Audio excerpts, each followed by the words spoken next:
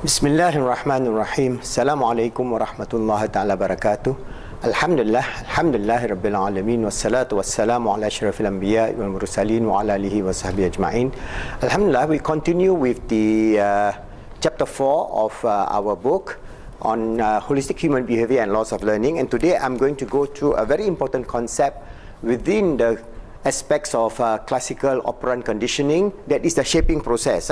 This is a very important concept because you can use the shaping process to shape or to condition whether it is a mouse, a cat, a dog, and a chimpanzee, or a human being, or a small group of people, or a society, or the whole civilization.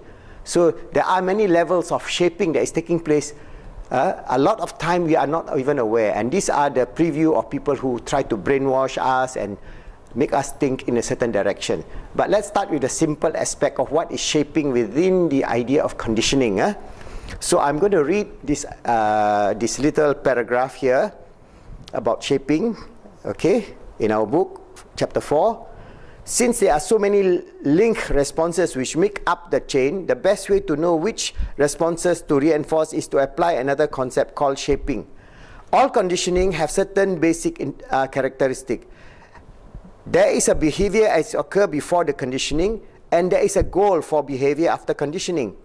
In the example where Professor Mahdi, or at that time John Jenkins, trained his pet chicken, Asperiodite, the behavior before conditioning consisted of standing in the experimental learning chamber, occasionally scratching around and looking just like any chicken will do. The goal of this shaping process is to get the chicken to stand on one leg and turn one full circle. And the steps in the conditioning process, they are very steps, change from standing and looking around to turning the full circle on one leg. And this is called the shaping process. So in 10 minutes, Professor John Jenkins was able to train that chicken using conditioning and the shaping process to do that. Shaping could be defined as successive approximation towards the goal behavior, which are conditioned through a series of small steps. The behaviors before conditioning could be what we call the base or the baseline condition. The baseline is where all conditioning procedures must begin. You cannot condition responses which are not occurring. The baseline behavior are the only responses available to condition, at least before shaping takes place, as behavior change when shaped through conditioning. The new responses being emitted becoming available to the conditioning procedure. For learning to be fast and efficient as possible, it is always to be clear when progress is being made towards a goal. Each time you reinforce a situation, you go to the next level. And I'm going to give you the sequence of reinforcement in which you can apply in many situations, whether it is to train an animal, whether it is for our own behavioral change, to change the tantrum of our children, to change them to have better behavior in terms of looking after their toys or things, to clean their room, to have an interest in reading, and so on. And this whole idea of shaping also can be used on a societal basis, which I will explain to you in detail. So there are levels of shaping. Shaping at the individual level, shaping at the community level, and shaping at the global level. So I'm going to give you one example. For example, individual. Say we take a child. Okay? We take a child. All right? And we want him to have a goal. This is the baseline. This is the baseline. So we have a goal where we want him at this point to be able to, for example, clean his room. Clean and make it tidy and tidy, room. Okay.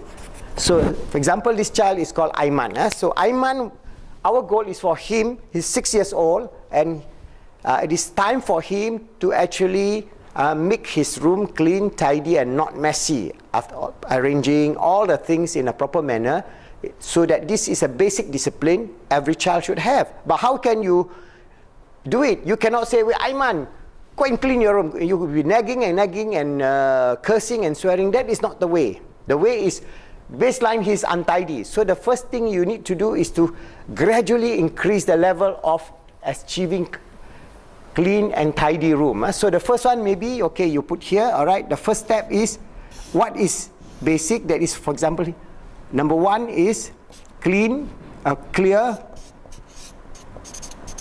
toys. So he'll be playing toys in his room. So you prepare baskets where he can put the toys in the basket. So you tell Aiman, okay, Aiman, you're a good boy. Okay, after you play, you put your toys in the basket. So you must have the precursor, because he cannot move into clearing the toys if there's no basket. So you have to have that basket there. And then you implement that for 1 week. Okay, all he needs to do is just, after he plays, completely put the toys in the basket. And each time he does that, you reinforce.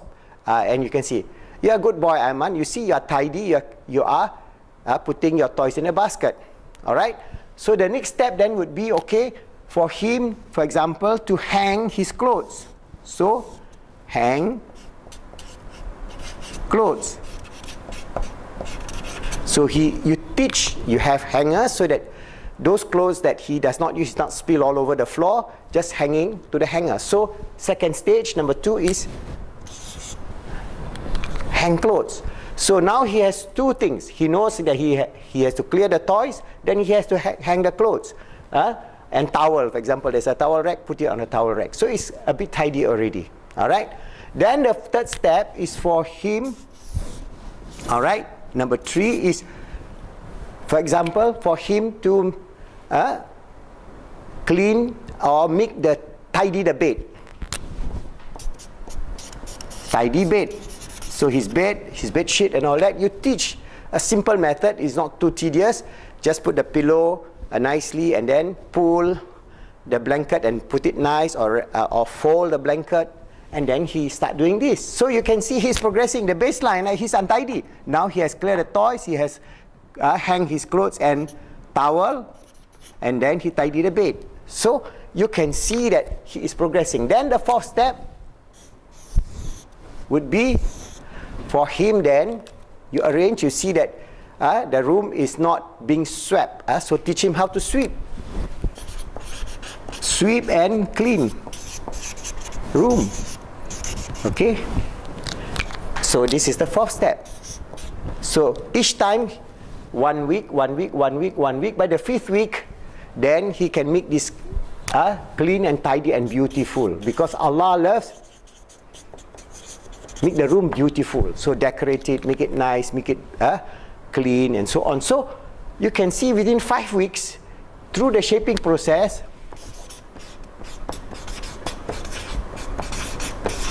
you are conditioning Aiman from an untidy boy to becoming a boy that can understand the beauty of a clean and tidy room.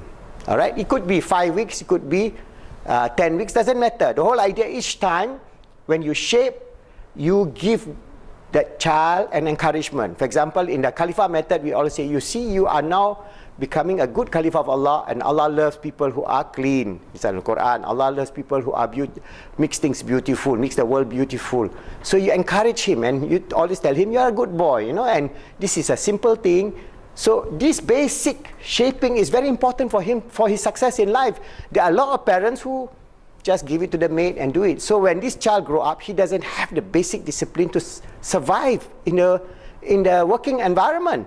And this is happening many times to a lot of rich kids, where they do not have the discipline or the will to do something that is clean and beautiful. So this shaping process at an individual is very pertinent, and it's also very pertinent, as I say, in the community level and in the whole societal level, and how conditioning in terms of shaping is taking place every day, every moment, by the evildoers, shaping this civilization towards a worldview that is very negative, that is very destructive, and it is happening not only in the Muslim world but all over the world. For example, like Islamophobia, it's a shaping process, and they have a master plan to make sure that people hate Islam. But how are we going to counteract it? We counteract it with this whole idea of peace, of love, of caring, of sharing, showing the beauty of Islam, which is intrinsic in Islam, not the negative aspects that we see today. So I hope I have given you some idea of at individual level. So shaping individuals, all right, at individual level, And inshallah, subsequently, I will tell you how this can affect, say, for example, the Muslim community, and how we can use shaping to develop a positive world in the 21st century. So you can see, in the whole idea, shaping is a very important concept in the laws of learning. And if you understand this idea of shaping, you can shape anything yourself. All right, you have a baseline to achieve certain things, then you go on, and then through the shaping process, you finally reach your goal and achieve your goal. And each time you do it, you give yourself some sort of reward, in the sense of feeling of satisfaction, feeling of peace, feeling of happiness, feeling of achievement.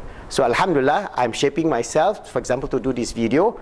There's 100 and almost 170 videos now here. So what I do is every day I try to put aside 5 minutes, 10 minutes, you know, and then read up and then do this video. And alhamdulillah, at the end of the video, I thank Allah for giving me the ability to spread this message and help the ummah to achieve excellence in the 21st century, inshallah.